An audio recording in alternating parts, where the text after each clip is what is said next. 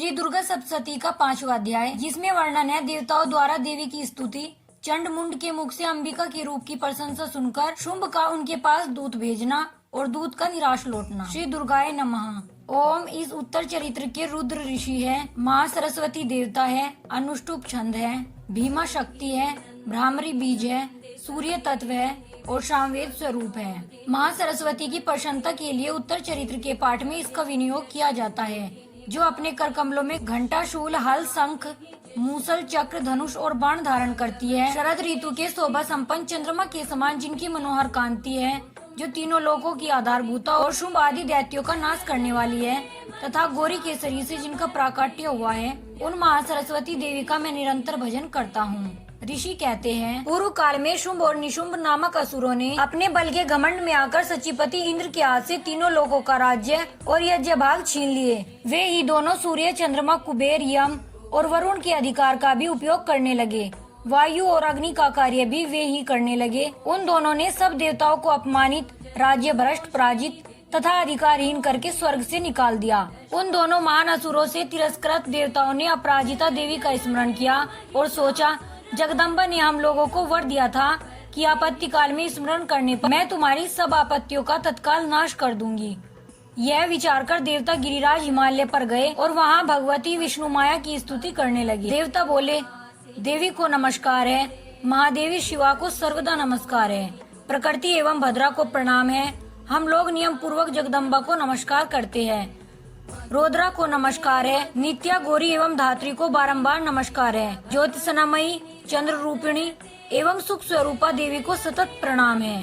शरणागतों का कल्याण करने वाली वृद्धि एवं सिद्धि रूपा देवी को हम बारंबार नमस्कार करते हैं। नैर रीति राक्षसों की लक्ष्मी, राजाओं की लक्ष्मी तथा सर्वाणी शिव पत्नी स्वरूपा आप जगदम्बा को बारंबार नमस्कार करते हैं। दुर्गा, दुर्गपारा, दुर्गम संकट से पार उतारने वाली, सारा सबकी सारभूता, सर्व कारिणी, ख्याति, कृष्णा और धूम्रा देवी को सर्वदा नमस्कार है। अत्यंत सौम्य तथा अत्यंत रौद्र रूपा देवी को हम नमस्कार करते हैं, उन्हें हमारा बारंबार प्रणाम है। जगत की आधारभूता कृति देवी को बारंबार नमस्कार है। जो देवी सब प्राणियों में विष्णु माया के नाम से कही जाती है, उनको नमस्कार, उनको नमस्कार, उनको बारंबार नमस्कार है। जो देवी सब प्राणियों में चेतना कहलाती है, उनको नमस्कार, उनको नमस्कार, उनको बारंबार नमस्कार है। जो देवी सब प्राणियों में बुद्धि रूप से स्थित है, उनको नमस्कार, उनको नमस्कार, उनको बारंबार नमस्कार है। जो देवी सब प्राणियों में निंद्रा रूप से स्थित है, उनको नमस्कार, उनको नमस्कार, उनको बारंबार नमस्कार है।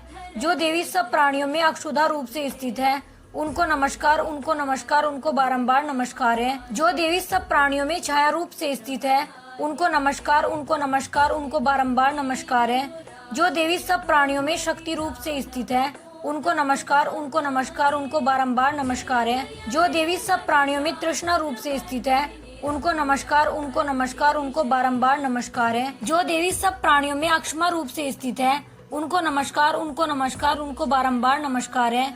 जो देवी सब प्राणियों में जाति रूप से स्थित है, उनको नमस्कार, उनको नमस्कार, उनको बारंबार नमस्कार है। जो देवी सब प्राणियों में लज्जा रूप से स्थित है, उनको नमस्कार, उनको नमस्कार, उनको बारंबार नमस्कार है। जो देवी सब प्राणियों में शक्ति रूप से स्थित है, उनको नमस्कार, उनको नमस्कार, उनको बारंबार नमस्कार है। जो देवी सब प्राणियों में श्रद्धा रूप से स्थित है, उनको नमस्कार, उनको नमस्कार, उनको बारंबार नमस्कार है। जो देवी सब प्राणियों में कांति रूप से स्थित है, उनको नमस्कार, उनको नमस्कार, उनको बारंबार नमस्कार है।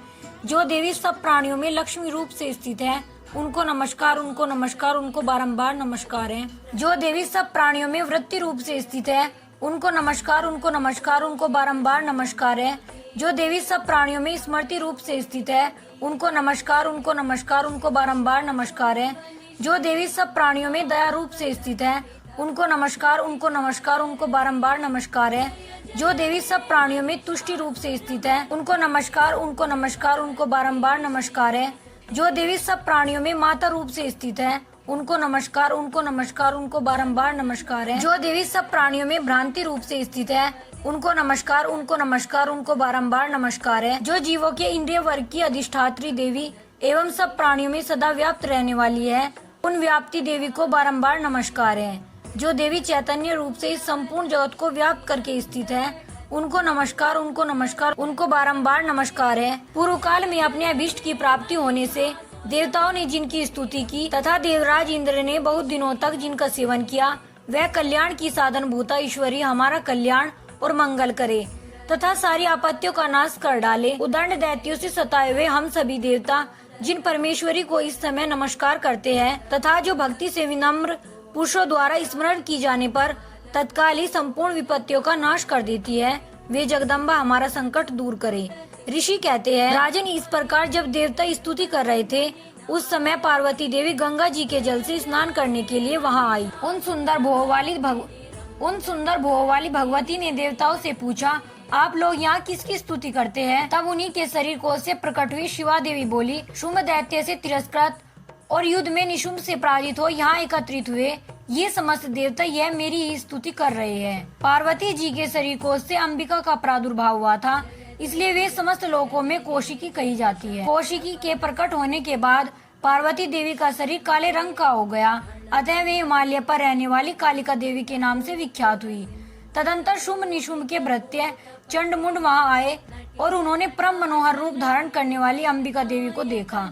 फिर वे शुंभ के पास जाकर बोले, महाराज, एक अत्यंत मनोहर स्त्री है जो अपनी दिव्य कांति से हिमालय को प्रकाशित कर रही है। वैसा उत्तम रूप कहीं किसी ने भी नहीं देखा होगा। असुरेश्वर, पता लगाइए वह देवी कौन है और उसे ले लीजिए। स्त्रियों में तो वह रत्न है, उसका प्रत्येक अंग बहुत ही सुंदर है तथा वह अपने श्रीअंगों की प्रभा से संपूर्ण दिशाओं में प्रकाश फैला रही है। दैत्यराज, अभी वह हिमालय पर ही मौजूद है, आप उसे देख सकते हैं।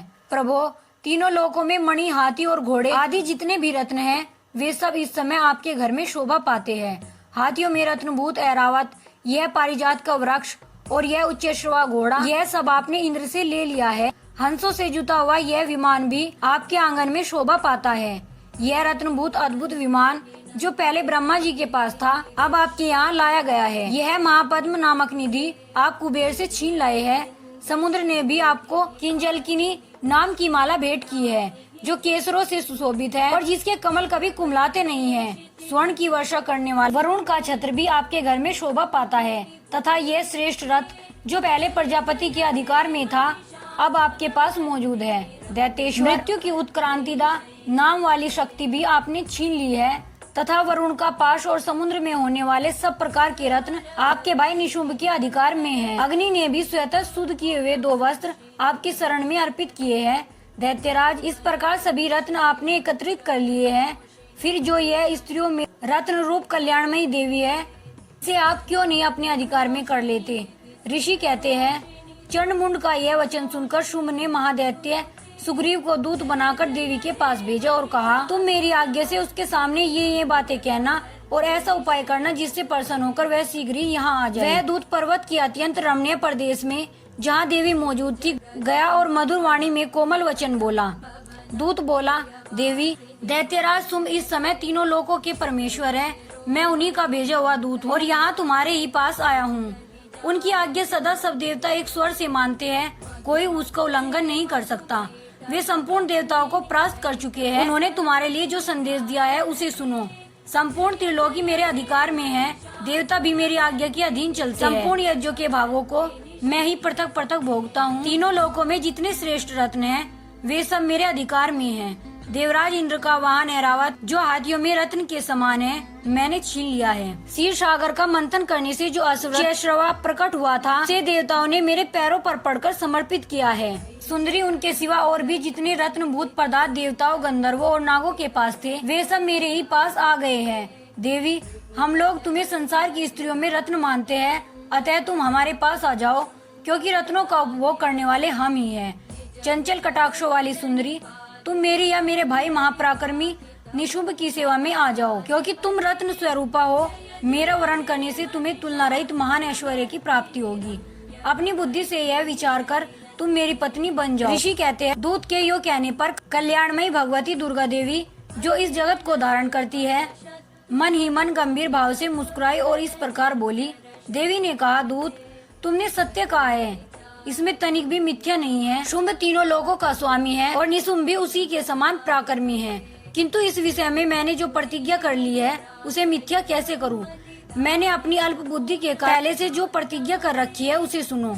जो मुझे संग्राम में जीत लेगा तो मेरे अभिमान को चूर्ण कर देगा तथा संसार में जो मेरे समान बलवान होगा वही मेरा स्वामी होगा। इसलिए शुंभ अथवा महादैत्य निशुंभ स्वयं ही यहाँ पधारे और मुझे जीतकर शीघ्र ही मेरा पाणी ग्रहण कर ले। इसमें विलंब की क्या आवश्यकता है? दूत बोला, देवी तुम घमंड में भरी हो, मेरे सामने ऐसी बातें ना करो। तीनों लोकों में कौन ऐसा पुरुष है जो शुंभ निशुंभ के सामने खड़ा हो सके? देवी अन्य दैत्यों के सामने भी सारे देवता युद्ध में नहीं ठहर सकते, फिर तुम अकेली स्त्री होकर कैसे ठहर सकती हो? जिन शुंभ आदि दैत्यों के सामने इंद्र आदि सब देवता युद्ध में खड़े नहीं हुए, उनके सामने तुम स्त्री होकर कैसे जाओगी?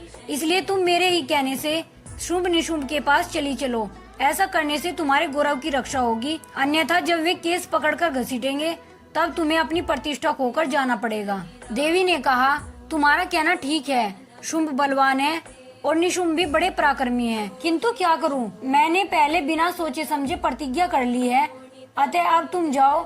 मैंने तुमसे जो कहा है वह सब दैत्यराज से आदर पूर्वक कहना, फिर वे जो उचित जान पड़े करें। इस प्रकार श्री मार्कंडेय पुराण में सार्वणिक मनवंतर की कथा के अंतर्गत देवी महात्म्य में देवी दूत संवाद नामक 5वां अध्याय पूरा हुआ।